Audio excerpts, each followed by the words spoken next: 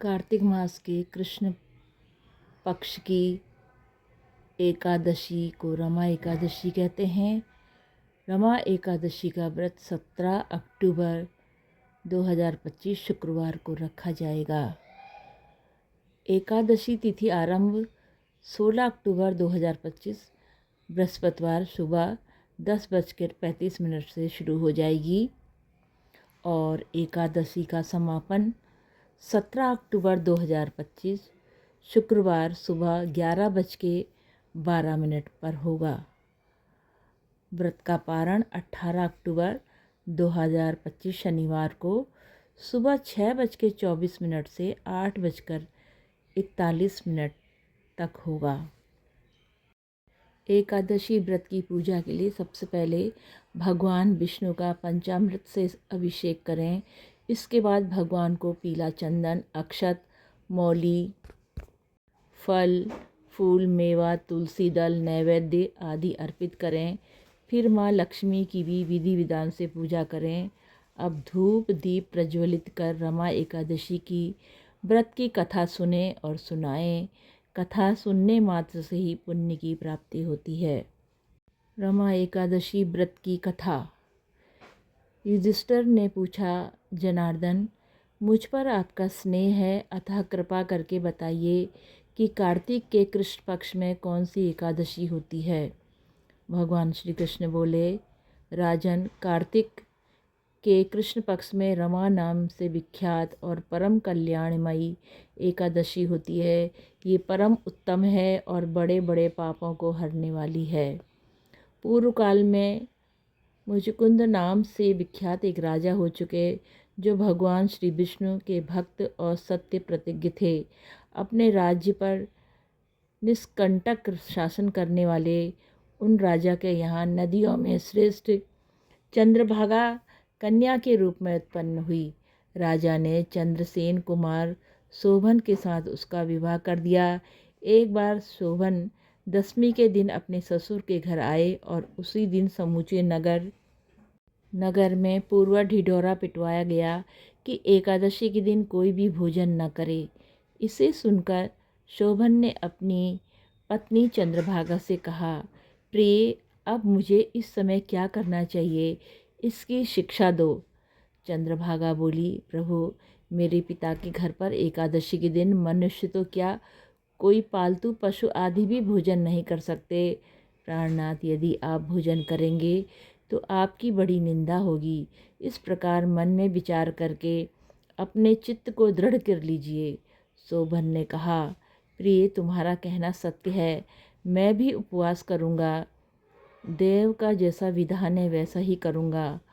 भगवान श्री कृष्ण कहते हैं कि इस प्रकार दृढ़ निश्चय करके शोभन ने व्रत के नियम का पालन किया, किंतु सूर्योदय होते होते उनके प्राणांत हो गया।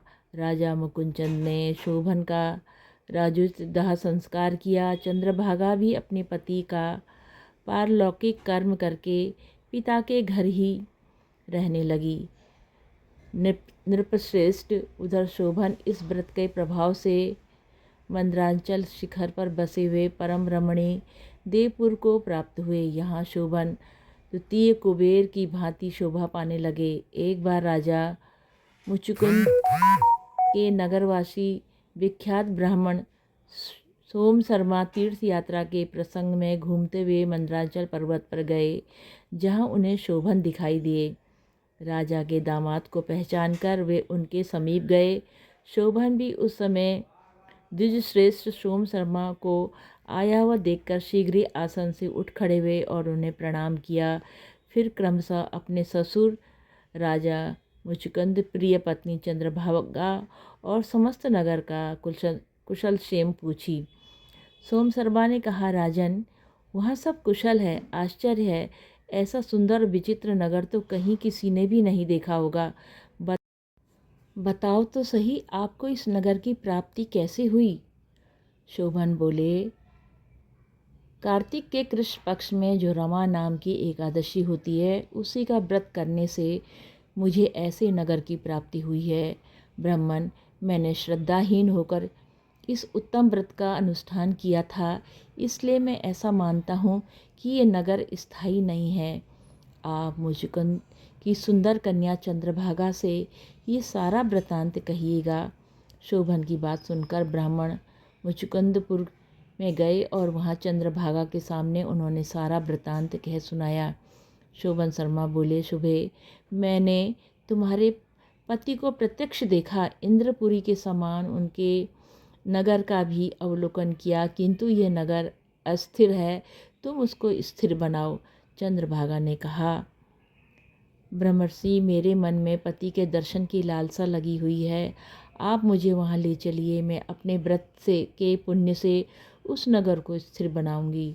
भगवान श्री कृष्ण कहते हैं, राजन चंद्रभागा की बात सुनकर सोम शर्मा उसे साथ ले मंदराचल पर्वत के निकट वामदेव मुनि के आश्रम पर गए। वहाँ ऋषि के मंत्र की शक्ति तथा एकादशी सेवन के प्रभाव से चंद्रभागा का शरीर दिव्य हो गया तथा उसने दिव्य गति प्राप्त कर ली। इसके बाद वो पति के समीप गई। अपनी प्रिय पत्नी को आया हुआ देखकर शोभन को बड़ी प्रसन्नता हुई। उसने उसे बुलाकर अपने वाम भाग में सिंहासन पर बिठाया। तदंतर चंद्रभागा ने अपने प्रियतम से ये वचन कहा, नाथ, मैं हित की बात कहती हूँ, सुनिए।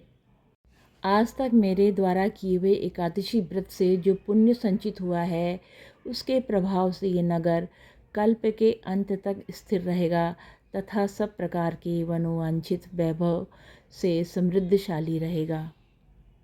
इस व्रत को रखने से भगवान श्री हरि विष्णु और माता लक्ष्मी की कृपा प्राप्त होती है। इसके प्रभाव से व्यक्ति को सभी पापों से मुक्ति मिलती है और मृत्यु के पश्चात मोक्ष की प्राप्ति होती है। मनुष्य को वाजपेयी यज्ञ के समान पुण्य फल की प्राप्ति होती है। ओम नमो भगवते वासुदेवाय। ओम नमो भगवते वासुदेवाय। ओम नमो भगवते वासुदेवाय।